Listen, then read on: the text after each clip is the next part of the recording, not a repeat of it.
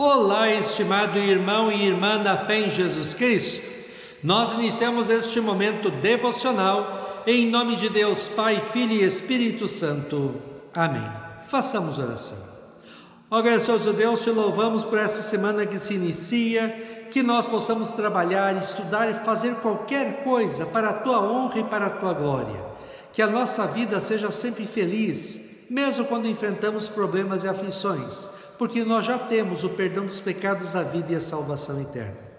Ó Deus, envia o Teu Espírito Santo para estar conosco agora, quando vamos meditar na Tua Santa Palavra. Isso te pedimos e agradecemos em nome de Jesus Cristo, Teu Filho, nosso Senhor e Salvador. Amém.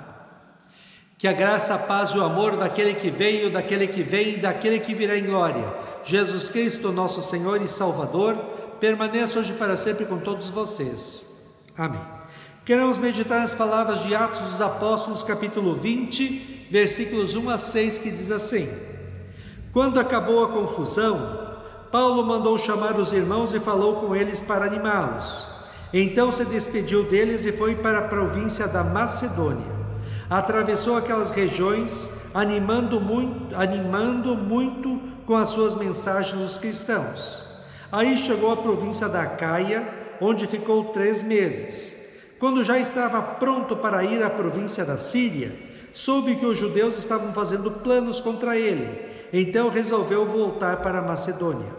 Foram com ele as seguintes pessoas: Sópatro, filho de Pirro, da cidade de Bereia, Aristarco e Segundo de Tessalônica, Gaio de Derbe, Timóteo e também Tíquico e Trófimo, que eram da cidade da Ásia. Eles foram na frente e os esperaram na cidade de Troade.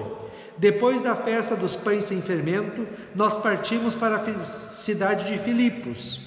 5 dias depois nos encontramos com eles em Troade e ficamos ali 1 semana. Que Deus abençoe as palavras em nossos corações. Amém. Estimado irmão e irmã, você torce para algum time de futebol? Eu não torço para nenhum time, mas gosto de ver os jogos de vez em quando. Acho interessante que nenhum time entra em campo sem uma estratégia de jogo. Para começar, cada jogador tem a sua posição e sabe direitinho o que deve fazer nela. Dependendo do time adversário, o time muda a estratégia para ter um rendimento melhor e vencer. Embora sejam os jogadores que jogam, a figura mais importante do time é o treinador. Ele vai definir quem joga no time e como o time vai jogar a partida. Assim também funciona em qualquer grupo social, começando na família. Um dos pais, ou o pai ou a mãe juntos, definem as regras, os costumes, os valores e os princípios que a família deve vivenciar. Embora a igreja cristã seja a entidade mais democrática que existe, porque existe uma só cabeça que é Cristo, e todos os outros são membros do corpo de Cristo, como diz Colossenses 1:15 a 18, Ele, Jesus Cristo, o primeiro Filho, é a revelação visível do Deus invisível. Ele é superior a todas as coisas criadas, pois por meio dele Deus criou tudo, no céu e na terra, tanto o que se vê como o que não se vê, inclusive todos os poderes espirituais, as forças, os governos e as autoridades. Por meio dele e para ele, Deus criou todo o universo. Antes de tudo ele já existia, e por estarem unidos com ele, todas as coisas são conservadas em ordem e harmonia. Ele é a cabeça do corpo que é a igreja, e é ele quem dá vida ao corpo. Assim, não existe cristão sem igreja, como não pode existir um pé ou uma mão sem estar ligado ao corpo de uma pessoa. Paulo era o líder missionário da igreja de sua época. Ele viveu e viajou muito para pregar o evangelho que salva para todas as pessoas nas diferentes cidades onde ele conseguia chegar. Paulo estava no texto de hoje querendo ir a Jerusalém para levar uma oferta em dinheiro que estava recolhendo das igrejas, porque a igreja de Jerusalém estava passando por grandes necessidades materiais. E depois disso ele planejava ir a Roma pregar o evangelho. Paulo, como líder, estava sofrendo perseguição e corria o risco de ser morto porque falava de Cristo. Paulo sabia que sozinho era mais perigoso, por isso ele levou consigo representantes das igrejas que já estavam organizadas para ajudá-lo na missão. Assim como um time precisa de um treinador bom, esse grupo de cristãos precisava de Paulo para orientar, consolar, animar e ensinar quem era Jesus e como os cristãos deveriam viver sua vida de fé, esperança e amor. Lembre que foi Paulo quem escreveu a maior parte do Novo Testamento, que é a base de nossa fé em Jesus. Lembre também que Paulo não era cristão de nascimento. Ele era um judeu extremamente zeloso do cumprimento das leis do Antigo Testamento. Ele chegou ao ponto de perseguir e prender cristãos porque acreditava que a fé em Cristo era uma fé errada. Até que Jesus entrou no caminho de Paulo, transformou sua vida e ele, de perseguidor da igreja, passou a ser uma testemunha viva do amor de Deus em Cristo. Muito legal é o que Paulo fala da sua vida antes e depois de Cristo entrar nela e transformá-lo em cristão, em Filipenses 3, 5 a 11. Quanto à prática da lei, eu era fariseu e era tão fanático que perseguia a igreja. Quanto ao cumprimento da vontade de Deus por meio da obediência à lei, ninguém podia me acusar de nada.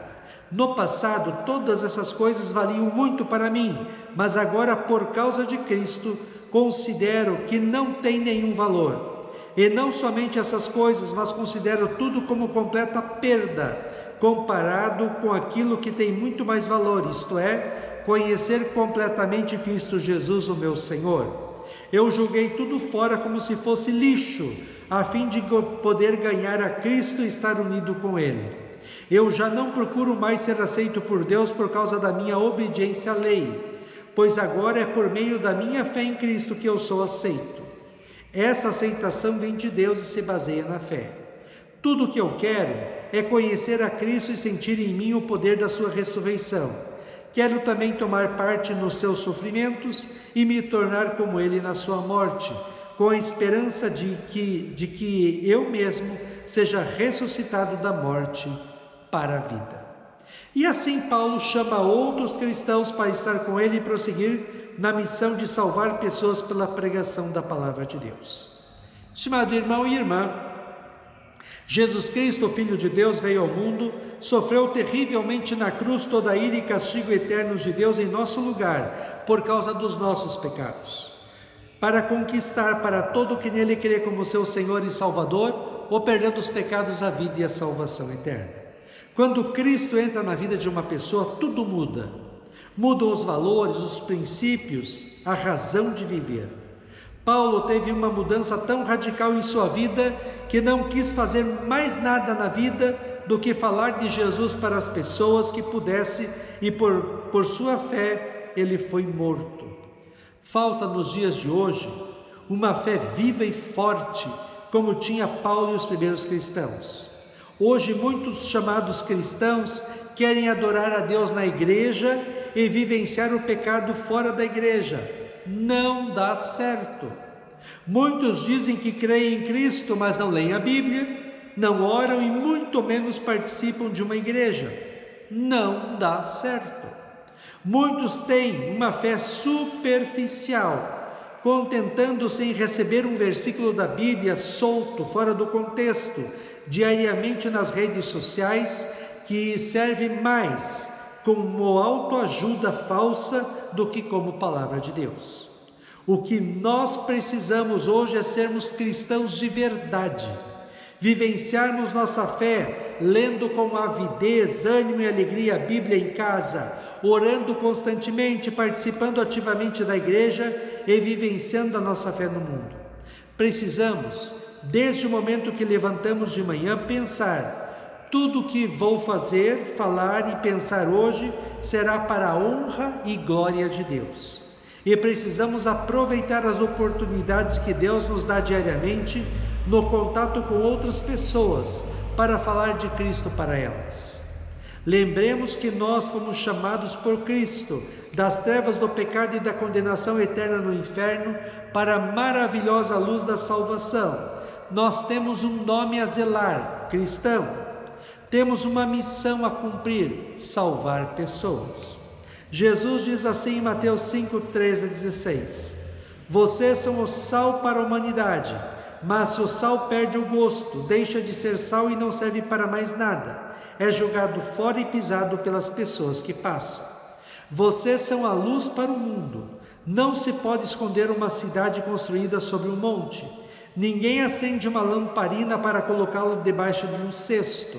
Pelo contrário, ela é colocada num lugar próprio para que ilumine todos os que estão na casa. Assim também a luz de vocês deve brilhar, para que os outros vejam as coisas boas que vocês fazem e louvem o Pai de vocês que está no céu. Amém. Façamos oração. Ó Senhor nosso Deus, nós te louvamos porque nós somos cristãos. A nossa fé nos enche de alegria, de paz, de amor, de esperança. Que nós possamos vivenciar a nossa fé neste mundo. Que possamos buscar em primeiro lugar a Ti, na meditação da Tua Palavra, na oração, na igreja. Que possamos Te servir com tudo do melhor que somos e temos, para que essa Tua Palavra continue a ser anunciada para nós e também para o mundo. Acima de tudo, ó Deus, que a Tua presença em nossas vidas nos encha de alegria e paz. Ó Deus, fica conosco neste dia, cuida de nós e dá-nos sabedoria. Isso te pedimos e agradecemos em nome de Jesus. Amém.